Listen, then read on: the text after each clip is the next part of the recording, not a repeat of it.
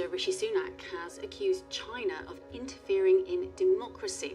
A parliamentary researcher was arrested in March, accused of spying for China. That's a claim he's denied and that China says is a fabrication. MPs have called for the government to take stronger action. Our political editor, Chris Mason, has the latest.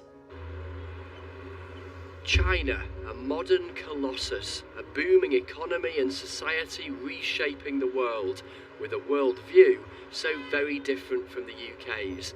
So how should the UK deal with China? And how should it react to the arrest of a parliamentary researcher amid claims of spying for China in Westminster? The sanctity of this place must be protected, and the right of members to speak their minds without fear or sanction must be maintained. We will defend our democracy and our security. The news of the arrest of a researcher here in Parliament on suspicion of spying for China is a serious breach of security conducted by the Beijing security services. There was, the government said, a constant vigilance to root out interference, but there are some well-known names that are simply not convinced. What we need to do is to recognise that China is the largest threat, both to the world and to the United Kingdom, for freedom and democracy. And does he not agree that the government should designate it as such? The problem lies in the mess we've got into over what we define China as with respect to us. Are they a threat? Or are they not? If they are a threat, why do we not call them a threat and take the relative action that is necessary to deal with them on that basis and sanction some people? The man at the heart of all of this, arrested back in March, released a statement today. He said, "It is vital that it is known that I am completely innocent. I have spent my career to date trying to educate others about the challenge and threats presented by the Chinese Communist Party. To do what has been claimed against me in extravagant news reporting would be against everything I stand for."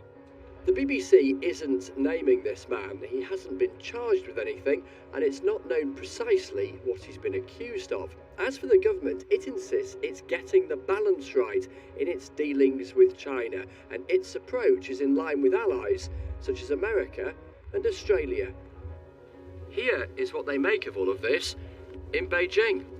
The allegation that China is conducting espionage activities against the UK is pure fabrication. China resolutely opposes this. We urge the UK to stop spreading disinformation and stop its anti-China political manipulation and malicious slander.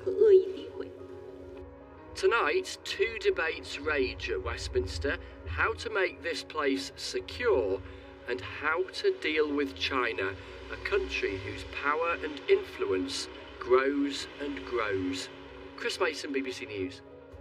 Well, live now to our guest Isabel Hilton. She's a visiting professor at the Lau Institute, King's College London, and founder of the non-profit organisation China Dialogue.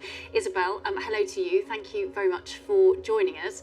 We've just heard Chris Mason asking that question, the question that people are asking: how to deal with China. Well, we can describe China as a threat and swear never to have anything to do with it, but that doesn't make it go away. That's a bit like a toddler, who puts his hands before his eyes and imagine that you can't see him. And it's not like that. China is the second largest economy in the world. We are deeply intertwined in terms of our supply chains, in terms of trade, as a result of policy pursued by this same government over many decades. And so, it's all very well to say China is a threat, and in some ways China does threaten liberal democratic values. These are very well known, but we have to find a way of dealing with it rather than simply denouncing it or grandstanding. As you say as well, it's not so long ago that the Conservative Party in particular was talking about a golden era of UK-China relations. So what's gone wrong? Why has the relationship seemed to have broken down to this extent? Well, it is the same Conservative Party after all, and we've lurched from the golden era to scary China without really stopping for much thought in between. And this is largely political, it seems to me, that in the Cameron Osborne era, they were very keen to have Chinese investments in the United Kingdom, to the point where they sanctioned the idea that China should build and operate nuclear power plants here, or install Huawei 5G, which is part of our critical infrastructure. There has been a pushback from those, I think quite rightly. Those were not prudent. But to rush in the opposite direction without really developing the kind of sensible triage that we see, for example, in the European Commission's approach, where the approach is to say we will cooperate and trade where we can, we will confront where we must, and we do recognize that China is intrinsic, the system, it's a systemic rival to Western liberal democracies. That is true. Our challenge is to deal with it, to contain our differences, to manage our differences, and to keep the relationship reasonably stable. And how would you characterize the relationship at the moment? Well, at the moment, it's not great. I mean, I don't think it hugely matters to China since Britain left the European Union. China's concerned with two big blocs, the European Union and the United States, and it is concerned largely with establishing its leadership in the emerging economies. So Britain, as a small market and a country that's seen largely as a close ally of the United States in security terms, I think is not frankly China's prime concern, and the official reaction to these allegations was pretty much what I'd expect. But I would also point out that there is a huge amount of noise around a case which is, as Chris pointed out, that there are no charges. The man was released on police bail in March, clearly not considered by the police either to be a flight risk or a major security threat. And we just don't know what the charges are or what the evidence is.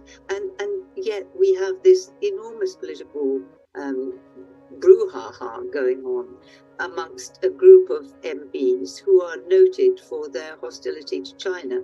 So I think it's a lot of very loud noise, and at the moment, not very much substance. Okay, Isabel Hilton, we'll have to leave it there. Thank you for sharing your thoughts this evening. Around the world and across the UK, this is BBC News.